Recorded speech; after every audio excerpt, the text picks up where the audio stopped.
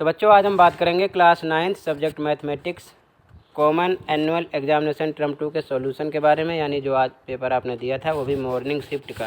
ठीक है, इससे पहले मैंने साइंस का भी अपलोड कर दिया। अभी जस्ट पहले जो स्कूल को CBSE के द्वारा आंसर की प्रोवाइड की गई आपकी कॉपी चेक करने के लिए, और SST का भी अपलोड है। तो आप देख सकते हो इस वीडियो के कमेंट में लिंक पेस्ट है, कमेंट में लिंक पेस्ट है, ओपन करके देख लो, अपने डाउट क्लियर कर लो। तब तक आप मैथ के देख लो, और इसकी भी आंसर की आपको मंडे को मिलेगी, अगर शाम तक नहीं आएगी तो। ठीक है, ध्यान रखना मंडे को आ जाएगी। तो तब तक ऐसे स्कोर चेक करो अपने। इसका देखो क्वेश्चन 1, निम्न तालिका एक कक्षा के 40 छात्रों के जन्म के महीने को दर्शाती है। महीने हैं जनवरी फरवरी से लेकर दिसंबर तक लिखा हुआ है। क्वेश्चन पढ़ो, क्वेश्चन क्या कह रहा है कि एक छात्र का चयन किया जाता है, उसके जन्म के महीने में 31 दिन होने की प्रायिकता ज्ञात कीजिए। यानी 31 दिन किस किस महीने में होते हैं, देखो ध्यान से। टोटल नंबर दिया कितना, 40, कुल परिणाम 40 है। तो 31 दिन किस किस महीने में होते हैं, जनवरी में होता है यानी 3 जोड़ना था, मार्च में होता है 2 जोड़ना था। ठीक है, मार्च के बाद मई में होता है 5 जोड़ना था, मई के बाद जुलाई में होता है 2 जोड़ना था, फिर अगस्त में होता है 5 जोड़ना था, अगस्त के बाद अक्टूबर और दिसंबर में होता है। अक्टूबर का महीना 3 जोड़ना था, दिसंबर का 4 जोड़ना था। तो टोटल कैसे करना था, टोटल जोड़ के लिखते तो जनवरी का 3, मार्च का 2, मई का 5, जुलाई का 2, अगस्त का 5, अक्टूबर का 3 और दिसंबर का 4। कितना हो जाता है, 3 2 5 5 10 2 12 5 17 3 20 4 24। तो प्रायिकता बराबर होता है हमारा 24 और बटे टोटल कितना दिया 40। आंसर हो गया। डिवाइड करना है डिवाइड करते, नहीं करना है तो ये आपका आंसर हो गया। क्लियर है आंसर 1। आगे देखो क्वेश्चन 2,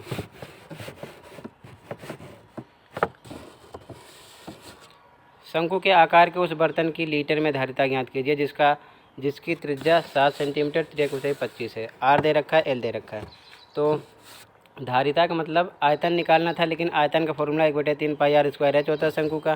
तो उसमें एच की ज़रूरत थी, तो हमें दिया क्या था, आर दिया है, आर बराबर दिया है 7, एल त्रिज्या की ऊंचाई 25 दे रखे हैं। लेकिन ज़रूरत किसकी है, पहले हमें एल निकालने की, एच निकालने की। ठीक है ना, पहले एच निकालते। तो एच बराबर होता है formula L square minus R square. तो इसकी वैल्यू रखेंगे, एल पर क्या है 25 का स्क्वायर और माइनस आर पर 7 का स्क्वायर। आगे सोल्व करेंगे, इधर देखो। तो 25 का स्क्वायर करेंगे तो आ जाएगा 25 गुणे 25 625, 7 गुणे 7 सत्तू 49। आगे 625 में से 49 घटाते तो आता कितना आता, 576। ठीक है, 576 किसका वर्गमूल है, 24 का। तो 24 आ जाता, जोड़े से 24 सेंटीमीटर। ये हमारा क्या आ गया, एच आ गया 24। अभी हमारा आयतन नहीं है। ठीक है ना, आगे देखो कैसे करते हैं। अब इतना आगे, इसके आगे देखो, मिटा रहा हूँ इसको। ठीक है ना, इसके आगे फिर आयतन निकालते। आयतन बराबर formula 1/3 pi R square H, 1/3 पे 3, पाई का मान रखते 22/7, आर 7 है तो 7 गुणे 7 स्क्वायर है 2 बार, एच 24 निकाला, 24 काटते 7 से 7 कट गया, 3 एकम 3, 3 अट्ठे 24, मतलब बचा क्या 22 7 8। तो ये 22 7 8 का गुणा कर लेते, आता 22 गुणे 7 गुणे 8 बराबर कितना आ जाता, 1232। ठीक है, सेंटीमीटर क्यूब। लेकिन ये हमारा आंसर नहीं है। कह रहा है धारिता लीटर में निकालना है, क्वेश्चन में कह रहा है धारिता लीटर में निकालना है। तो यहाँ तक क्लियर है। इसके आगे क्या करना था, अब आगे देखो, इसको मिटा रहा हूँ। ठीक है ना, आगे इसके आगे लिखते हैं धारिता एल मतलब लीटर में। तो यही 1232 आया था। इसी को बच्चों 1000 से भाग कर देते आगे, तो आता 1.232 और एल लगा देते मतलब लीटर। ये हमारा लीटर में आंसर हो जाता है 1.232 लीटर। ठीक है, क्लियर है, कोई डाउट। अगला क्वेश्चन देखो, अथवा वाला देखो। 21 सेंटीमीटर व्यास वाले गोले का पृष्ठीय क्षेत्रफल ज्ञात कीजिए। तो व्यास दिया है, पृष्ठीय क्षेत्रफल 4πr²। आर का पता नहीं है, पहले आर निकालेंगे। तो आर बराबर हमारा होता है फॉर्मूला व्यास बटे 2। एक मिनट फिर से देखो, ये वाला है, ठीक है ना। दिया है व्यास बराबर 21, तो पहले निकालते आर बराबर व्यास बटे 2, 21 बटे 2 हो गया। ठीक है, यहाँ तक समझ में आया। तो गोले का पृष्ठीय क्षेत्रफल, आगे लिखते गोले का पृष्ठीय क्षेत्रफल, फॉर्मूला 4πr²। ठीक है, क्लियर है। अब इसकी वैल्यू रखना हूँ, मिटा रहा हूँ, ध्यान रखना इसके आगे। 4πr² से देखो क्या करेंगे, फिर 4 पे 4 आता, पाई का मान 22/7 आता, r², r 21/2 हो गया था, 21/2 और 2 12, फिर 21/2। ठीक है, ये हो जाता। तो आगे क्या करते, 7 से काटते, 7 एकम 7, 7 तियाँ 21, 2 से काटा, 2 दूना 4, ये 2 से 2 कट गया, मतलब बचा क्या 22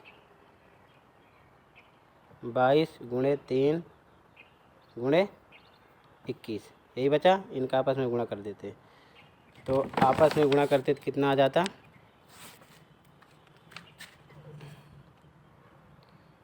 देखो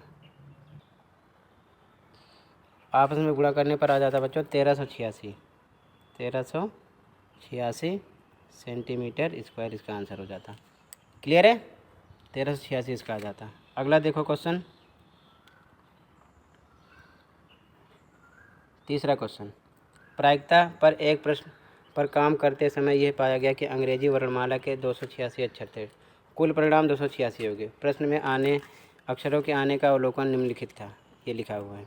अब क्वेश्चन क्या कह रहा है, देखो कह रहा है कि गैर स्वर अक्षरों की प्रायिकता।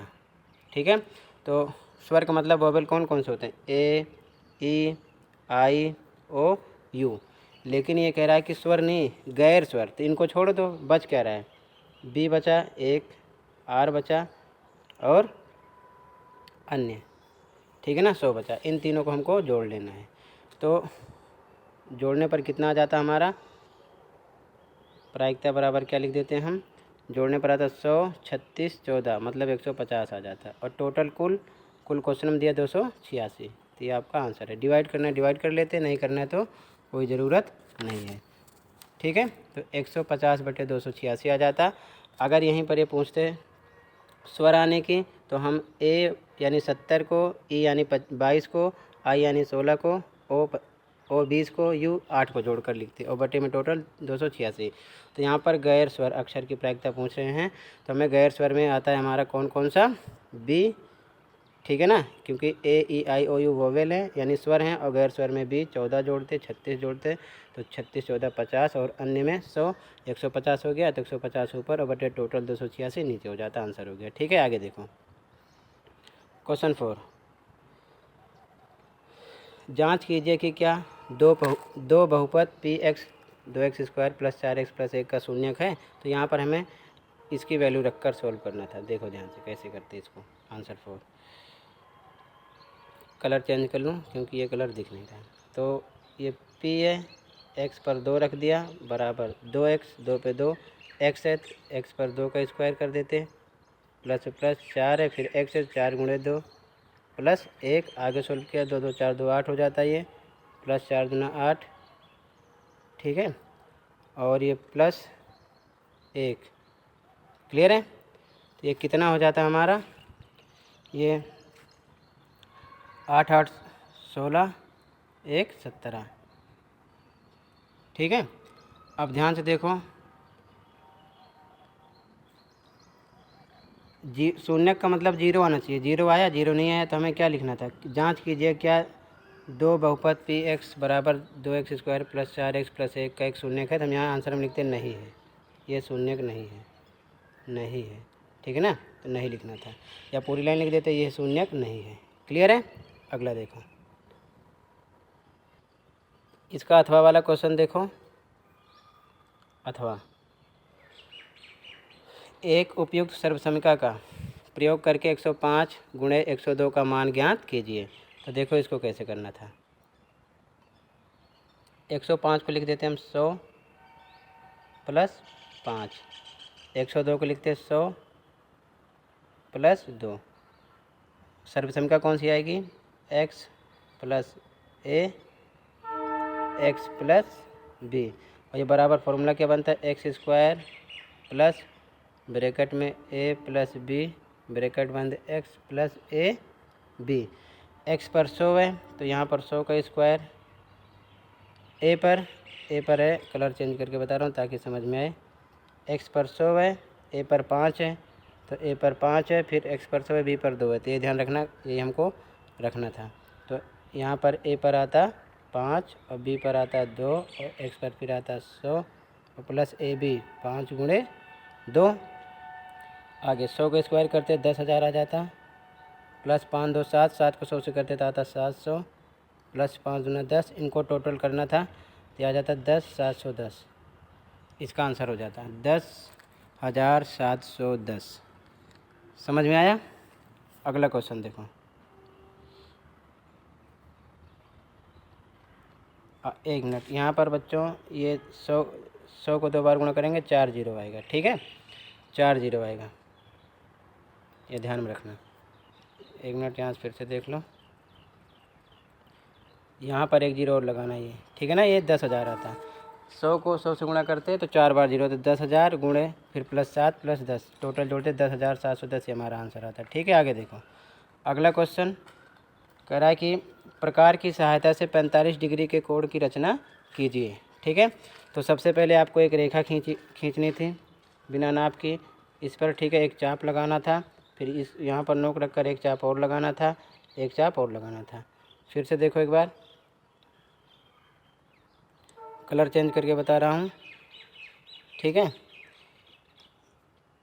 एक रेखा ड्रॉ करनी थी, मान लो ए बी है, पहले इस पर 90 डिग्री का एंगल बनाते, तो यहाँ पर केंद्र मानकर एक चाप लगाते, फिर जहाँ पर काटा एक चाप, फिर उस पर रखकर एक चाप, जहाँ पर काटते इन दोनों को लंबार्धक करते, तो इस प्रकार बन जाता।